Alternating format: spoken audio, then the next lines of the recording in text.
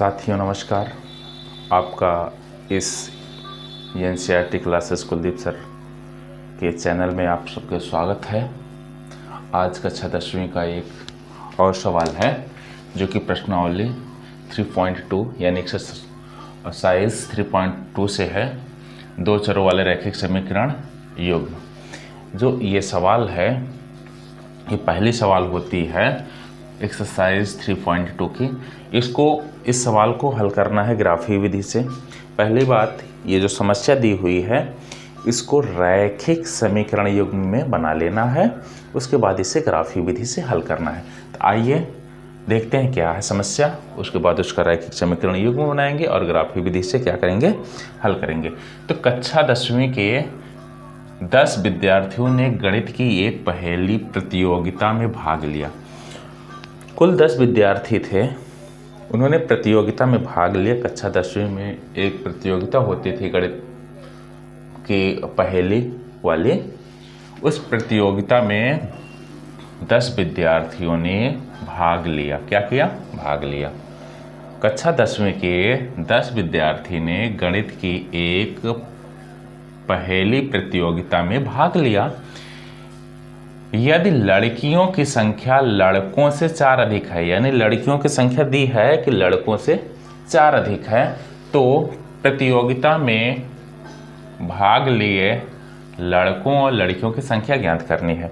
यानी कहने की यह मतलब हुआ कि जितने भी प्रतियोगिता में भाग लिए हैं उसमें लड़कियां लड़कों से 4 अधिक हैं। तो बताइए लड़के और लड़कियों की संख्या कितनी है। आइए इसे हल करते हैं। सबसे पहले समस्या का हम करते हैं रैखिक समीकरण युग्म बनाते हैं।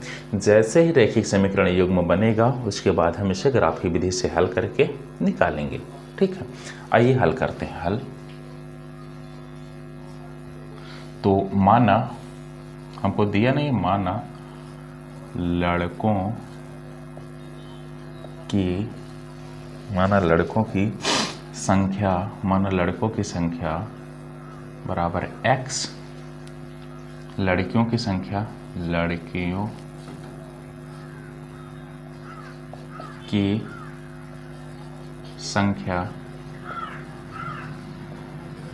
बराबर y।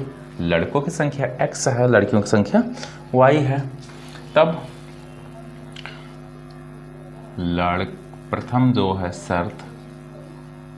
प्रथम शर्त है, यानी स्थिति प्रथम है या शर्त प्रथम है। स्थिति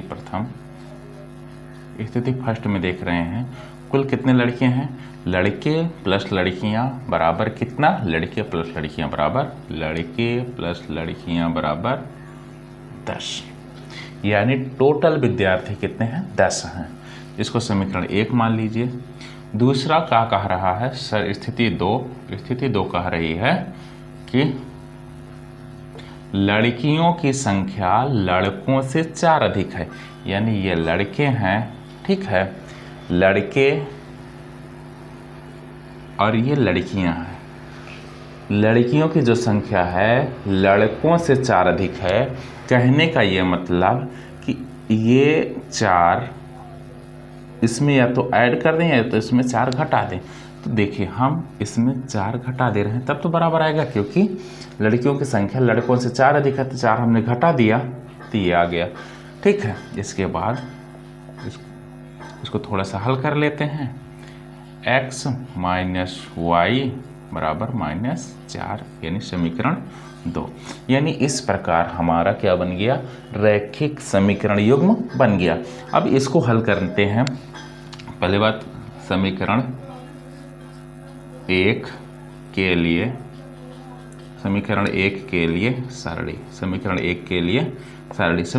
लिए सारणी बनाएंगे तो x प्लस वाई बराबर 10, यानी x बराबर 0 रखने पर, जैसे ही x बराबर 0 रखोगे तो y बराबर आ जाएगा 10, क्योंकि x बराबर यहाँ 0 तो y बराबर आ जाएगा 10। अब क्या करेंगे? y बराबर 0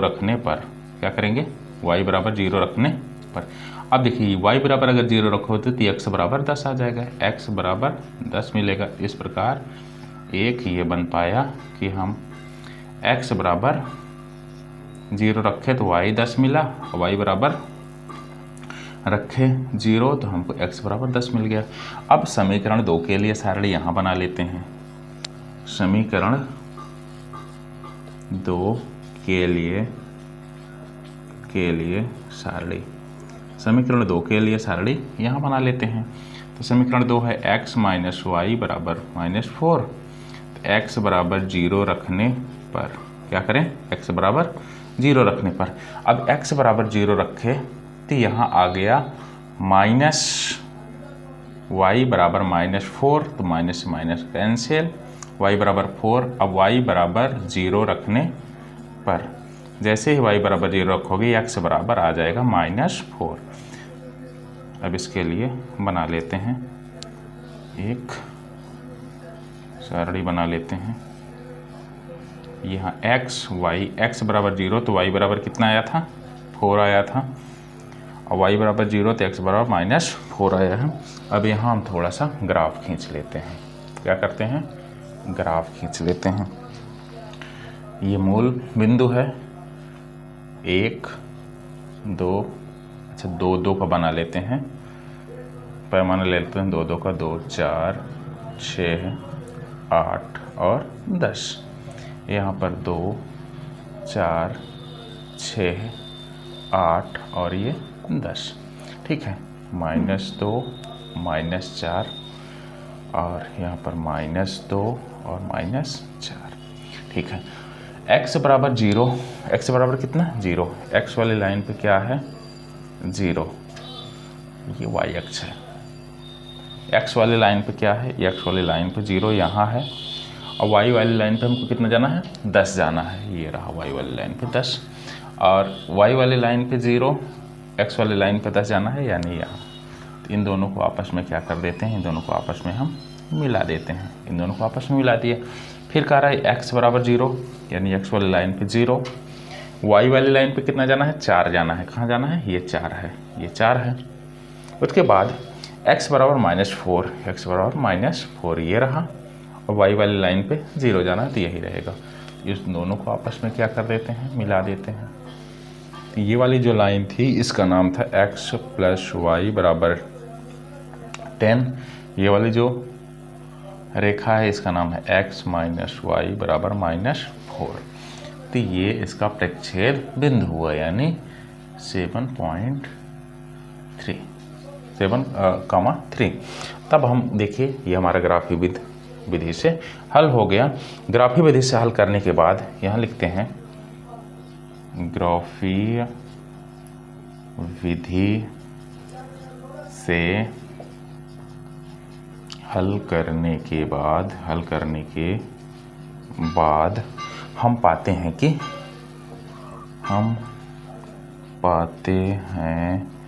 कि बिंदु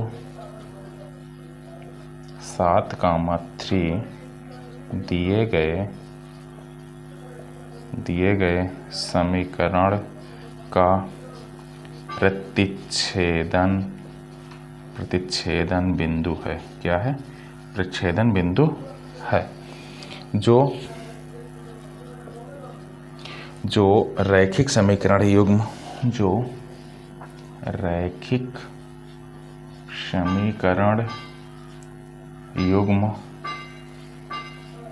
का उभयनिष्ठ हल है, ठीक है।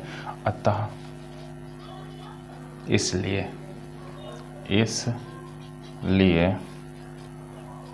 लड़कों की संख्या 3 तथा लड़कियों की संख्या